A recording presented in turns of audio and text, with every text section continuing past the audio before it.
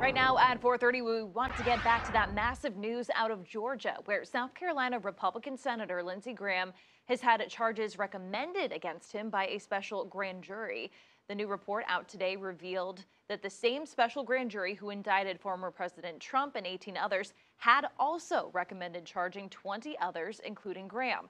This afternoon, the senator denied any wrongdoing and claimed he was simply doing his job. We're opening up Pandora's box here. Fulton County is one of the most liberal jurisdictions in the country.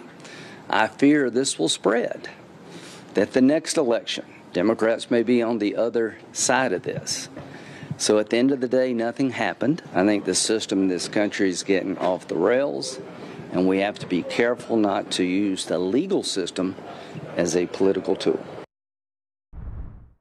Queen City News Chief Legal Analyst Khalif Rhodes is joining me now to talk this over a little bit. So, Khalif, we should note that Graham is not being charged. Those have just been recommended here. So what does that mean, and how often does this happen? Well, the grand jury process, typically what happens is they'll go in there, the DA that is, and they will present information to a jury just like a trial. And they would say, this is my case, lay it all out for you.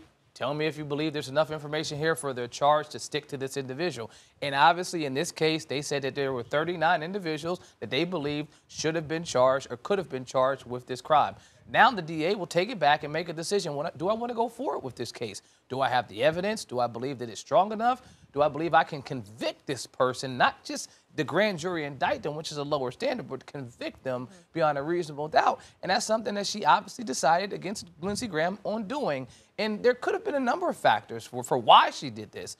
Him being an elected official, currently sitting in the Senate right now, could have played a part into that. So I think in the totality of the circumstance, that's maybe one of the things that she really considered. So who else were the charges recommended against that really stood out to you here? The biggest one that stood out to me for sure, I think, was Cleta Mitchell. If you listen to that original tape, the tape that kind of started it off for the Georgia case, she's on the phone call. She's advising the president in real time on the call and saying, no, our numbers are this, and Brad, your numbers are wrong. If you just share your numbers with us, we can get clarity. I didn't think what she was doing met the level of criminality. I didn't think that she was in on a conspiracy, but she was clearly dead in the middle, center of the case in the investigation. And so you would assume her name would have come up in front of the grand jury a million times because she was on that call and she did a lot of talking on that call. And so she wasn't someone that was just there saying yes or no. She was asking them to do certain things and asking them, could they support the recommendation from the president to say that the case or that the election may have had some irregularities. And she was supporting them with information that they believe Brad and his team was inaccurate. And she believed that it was right.